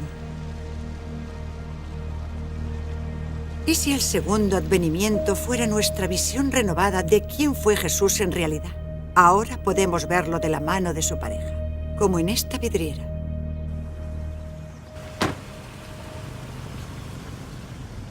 Mi última parada era posiblemente la más importante. Una oportunidad de mostrar y debatir nuestros hallazgos y sus implicaciones con un controvertido miembro de la Iglesia cristiana. ¿Señor Spawn? Sí, señor. Bruce Burgess. Encantado, Bruce. Voy con un cámara. ¿Puede pasar? Ningún problema. Gracias. Pase. Creo que el cristianismo tradicional, esa forma institucional de cristianismo, probablemente esté muriendo. Y empiezo a pensar que dejarlo morir no es tan mala idea, porque las manifestaciones del cristianismo tradicional no son muy inspiradoras. Bendecimos la esclavitud en nombre de las Escrituras. Bendecimos el antisemitismo en nombre de las Escrituras. Consentimos que Hitler matara a 6 millones de judíos. Y también renegamos de la mujer y renegamos de los homosexuales y hemos renegado de las personas zurdas. Hemos renegado de los enfermos mentales y también hemos renegado de los divorcios. La Iglesia ha oprimido a muchísima gente en este mundo. ¿Cómo encaja eso con el retrato de Jesús según el cuarto Evangelio, en el que se afirma que Jesús había venido para que tengamos vida, vida en abundancia? ¿Esa forma de tratar a los homosexuales es darles vida? ¿Esa forma de tratar a la mujer es darle vida? Estamos en una situación de rebelión porque la gente se niega a aceptar esas definiciones, por mucho que diga el Papa. Y si la versión tradicional que se nos ha contado de la historia de Jesús es incorrecta, esa versión morirá. Pero no creo que muera la historia de Jesucristo. No creo que muera la energía de la presencia de Dios en la vida mundanal. Creo que fue un ser humano excepcional. Excepcional.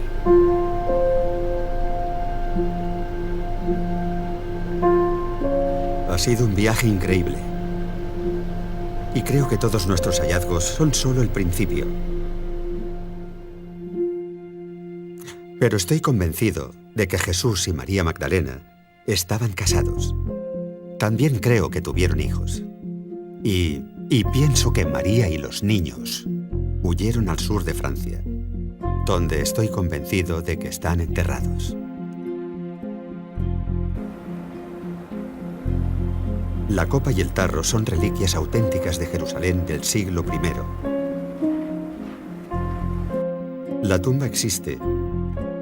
Y sabemos que el cuerpo tiene un perfil de ADN originario de Oriente Medio. Y por supuesto, lo que hay tras esa entrada sellada podría ser el mayor descubrimiento de la historia. Puede que el tesoro se robara en Jerusalén, pero no sabremos más hasta que se haga una excavación. Hemos hecho cuanto estaba en nuestras manos, pero reconozco que creo que es posible que esos hallazgos, sobre todo el cofre, Y puede que incluso la tumba se colocaran allí para que Ben y los demás los encontráramos. Lo cual no significa que sean falsos, solo implicaría que alguien con un claro guión quiere que ese material salga a la luz. ¿Pero quién? Creo que el jurado sigue siendo el Priorato de Sion. Puede que la organización sea real o simplemente la fachada de otra cosa. Pero Nicholas Haywood me dijo algo que me ha tenido pensando por más de un año. ¿Tiene infiltrados en Roma? Sí. ¿Son miembros del Priorato? Sí. ¿El Vaticano los conoce? Sí. ¿Y por qué no los expulsan? Hay gente a la que no se puede eliminar.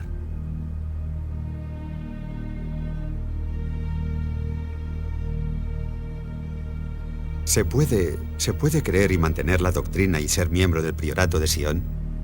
Se puede aparentar creer y mantener la doctrina y ser miembro del Priorato de Sion. Supongo que no puedo concertar una entrevista con una de esas personas. Bueno, ¿no lo ha pedido? ¿Puede concertar una entrevista? Haré lo que pueda. Es posible que haya un pequeño círculo en el corazón del Vaticano que siempre haya sabido lo del matrimonio, los hijos, el linaje, y aún así mantenga la doctrina. ¿Es ese grupo el auténtico Priorato de Sion? De ser así, entonces saben quién está en esa tumba y a dónde lleva esa puerta. Y al margen de lo que digan públicamente, quieren que lo sepamos todos. Si pregunta a cualquier miembro del priorato, le dirán que las cosas se van revelando según un plan. Porque siempre siguen uno.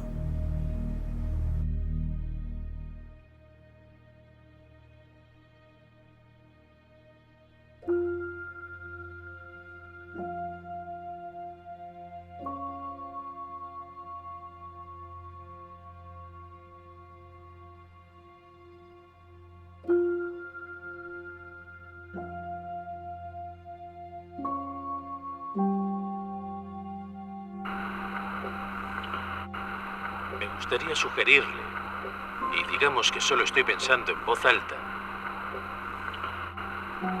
que hay un poder real detrás de esto. Digamos que el verdadero priorato de Sion es, en realidad, el grupo evolucionado de la Iglesia Católica de Roma. Son ellos los que dirigen esta historia. Siempre ha habido personas como yo en las altas esferas de la Iglesia de Roma. Tu verdad es tu peor enemiga. Sí. El hecho de que Jesús tuviera hijos, de que no se produjera su resurrección, sí, la verdad es distinta. Pero no hay razón para revelar la verdad hasta que la gente esté preparada. A veces la gente prefiere convivir con la mentira que con la verdad. La Iglesia, simple y llanamente, la Iglesia Católica es el priorato de Sion.